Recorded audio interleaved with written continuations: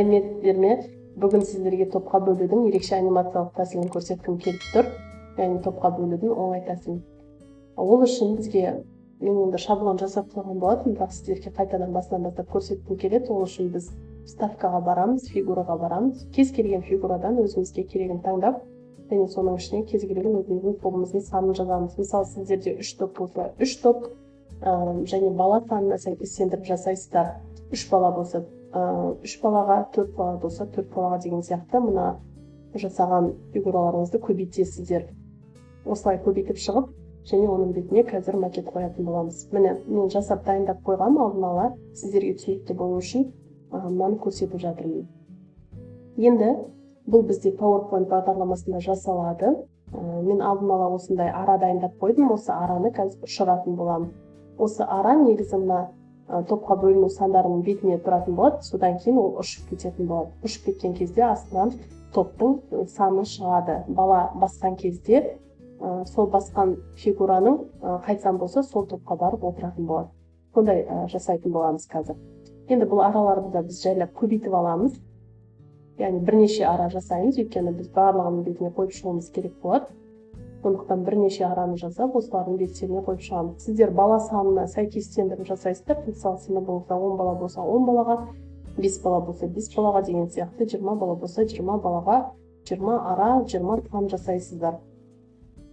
Содан кейін ары қарай осыларға біз анимациялық не қоятын боламыз, лепка қоятын боламыз, анимация арқылы кететін болады.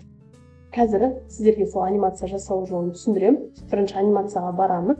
Бірінші бірінші араға анимация қоямыз. Ол үшін масштабирование. Негізі кез келгенін таңдауға болады, бірақ мен осы мына вращениені таңдап көрейін. Немесе масштабированиені таңдап көрейін. Осы жерде астына барған кезде другие эффекты выхода деген бар. Сол жерде мысалы падение, немесе масштабирование жоқ болып кетеді, немесе панорама. Өздеріңіз қалай ұнатасыздар, солай жасауға болады. Мен енді осы жерде мынандай жоқ болып кететінді таңдаймын, және де оны барлығына қойып шығатын боламыз. Барлық фигураларға қойып шығатын боламын.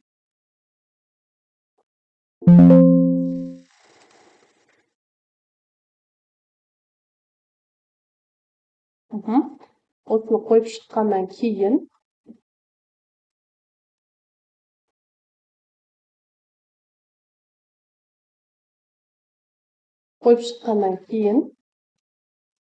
барлығын қойып шығамыз. Осылай қойып шыққаннан кейін триггер қоятын боламыз. Қазір ол триггерді қалай қою керектігін сіздерге көрсететін боламын.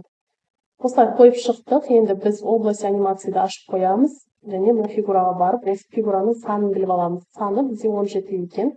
Сол триггерге барып, пошелчкуды басып, 17 деген рисункты таңдаймыз.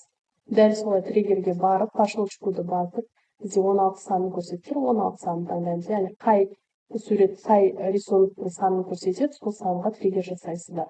Мысалы, пошелчкуды басып, 19 дейсіз, 19-ға триггер қоямыз. Ары қарай дәл солай 21 дейсіз, 21-ге триггер қоямыз. Келесі, дәл солай 18, 18-ге деп триггер қоямыз. Ары қарай пошелчкуды басып, бізде 15-ті көрсетіп тұр, 15-ке триггер қоямыз. Дәл солай 20 дегенге триггер қоямыз. Сөйтіп барлығына триггер қойып шыққаннан кейін, осындай бізде дайын үлгісін көру үшін слайд-шоуды басамыз және тексереміз. Басқан кезде, міне бала басқан кезде өзінің топ саны шығады. Яғни араларды басқан кезде бала өзінің топ санын шығарады. Немесе осы араларды ұшырып та жасап қоюыңызға болады. Әртүрлі нұсқада жасауыңызға болады. Мына жерде ұшуға да, немесе үлкеюге, айналуға, секіріп кетуге, өздеріңіз білесіздер, қандай нұсқада жасай аласыздар, мысалы, ол нұсқада жасауға болады. Тыңдап тамашалағандарыңызға рахмет. Келесі сабақта жүздескенше.